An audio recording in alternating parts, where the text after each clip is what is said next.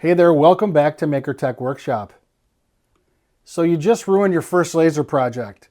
Maybe it's burned beyond recognition, or it didn't cut all the way through, or it looks nothing like what you designed. I've been there. Actually, I've been there dozens of times. I'm Tim. I run a laser engraving business here in North Carolina, and today I'm going to show you the 5 most common beginner mistakes that ruin laser projects, and more importantly, how to fix them.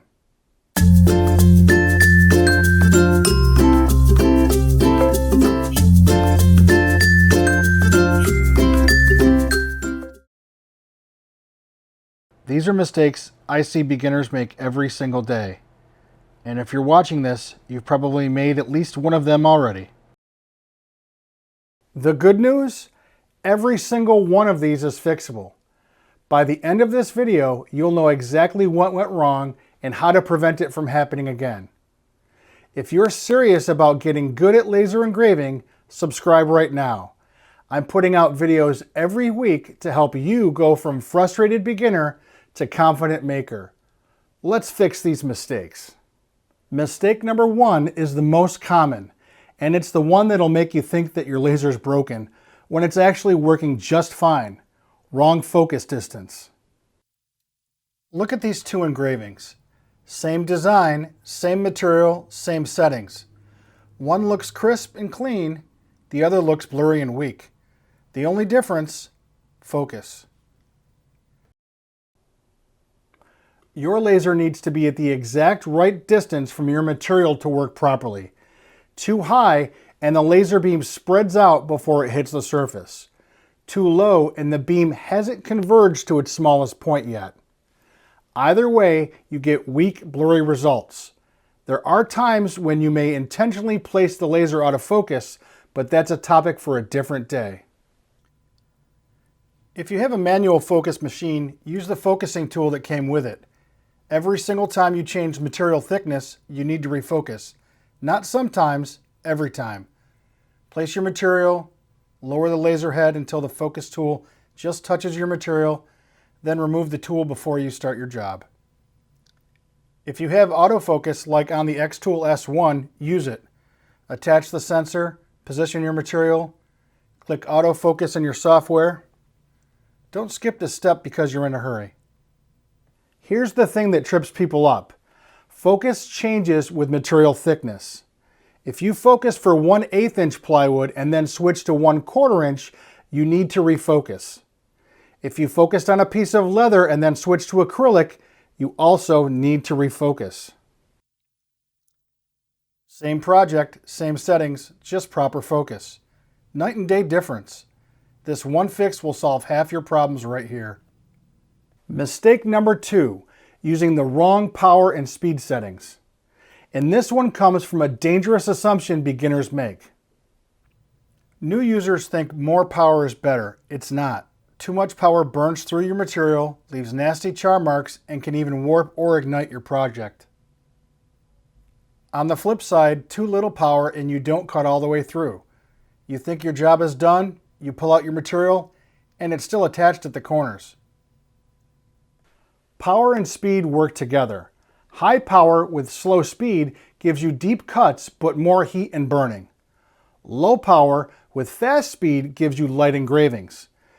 You need the right balance for your specific material and what you're trying to do. Use your software's material library.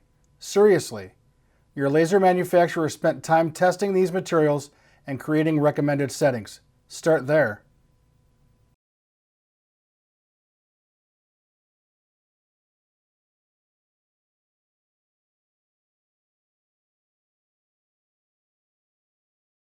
Here's what I do and what I recommend you do. Find the recommended settings for your material. Run a test. If it's not quite right, adjust by small amounts, 5 to 10% at a time, not 50%, not doubling the power. Better yet, run a test grid. This is a single piece of material with different power and speed combinations. It takes 5 minutes and saves you from wasting expensive materials.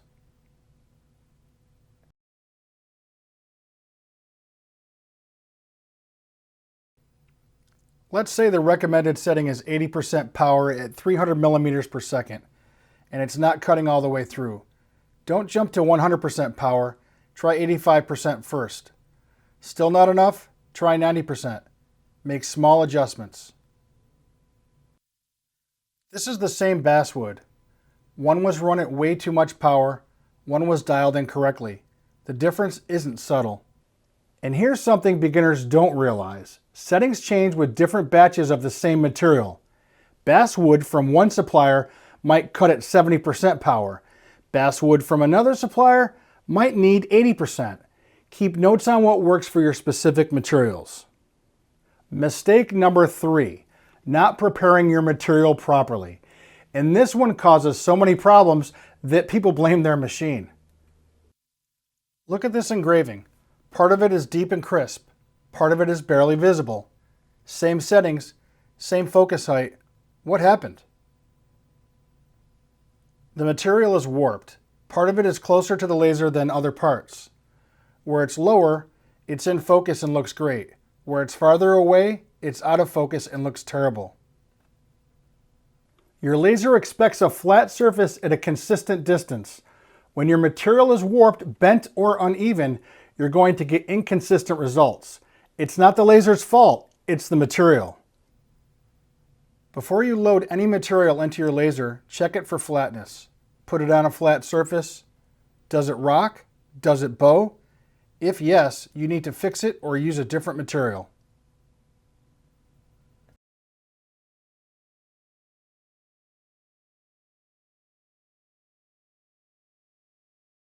For warped material, you can use tape or magnets or clamps to hold it down. I like to use these magnetic clamps on the corner of my warped material. Just be careful not to put them where your laser head needs to travel.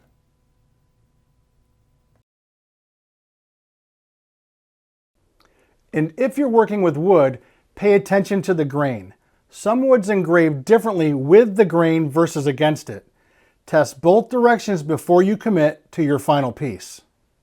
Mistake number 4, and this is the one that costs you the most money. Skipping the test cut and going straight to your final material. Here's the painful truth. I've wasted hundreds of dollars of material because I was too impatient to run a 5-minute test. Don't be like me. Always, always, always run a test on scrap material first.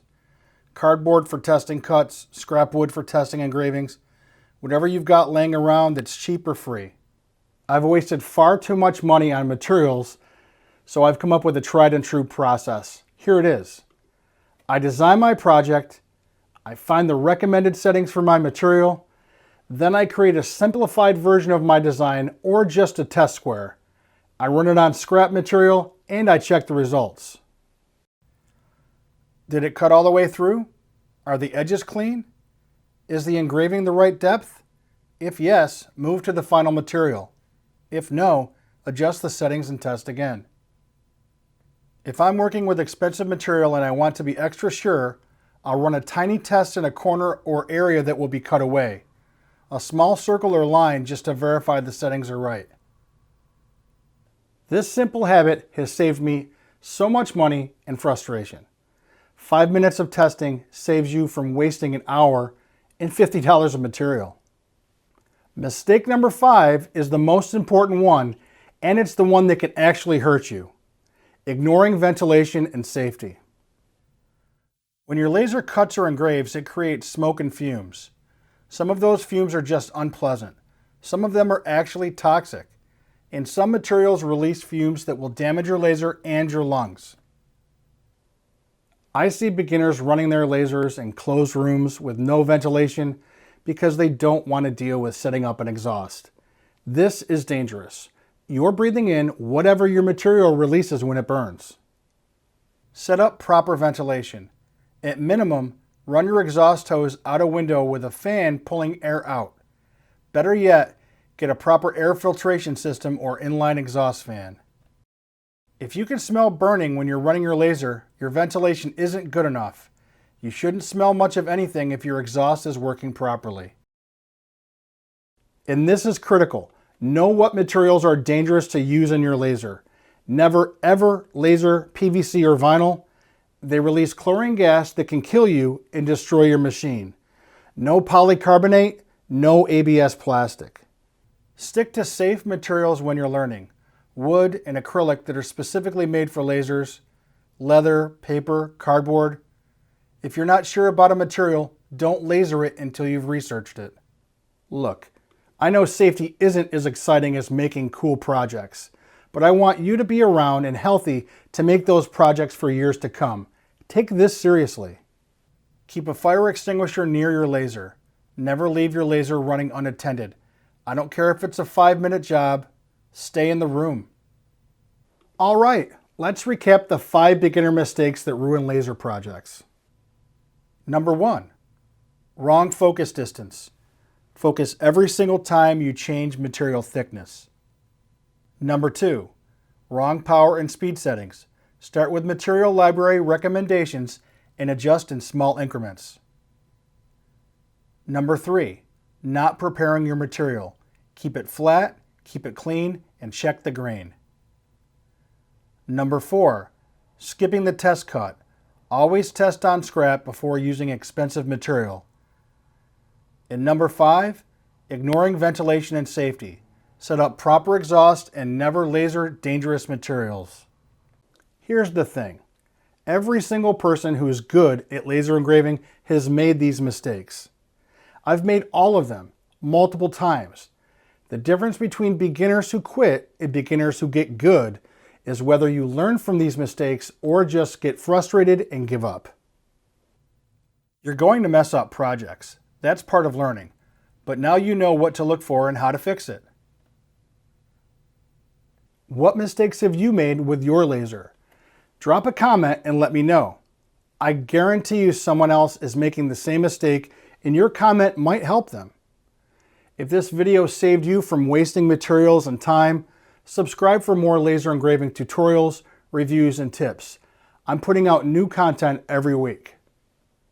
Coming up next on the channel, software demonstrations, diode versus CO2 laser comparison, and more machine reviews. Thanks for watching. Now go make something awesome, and this time do it right. I'll see you in the next video.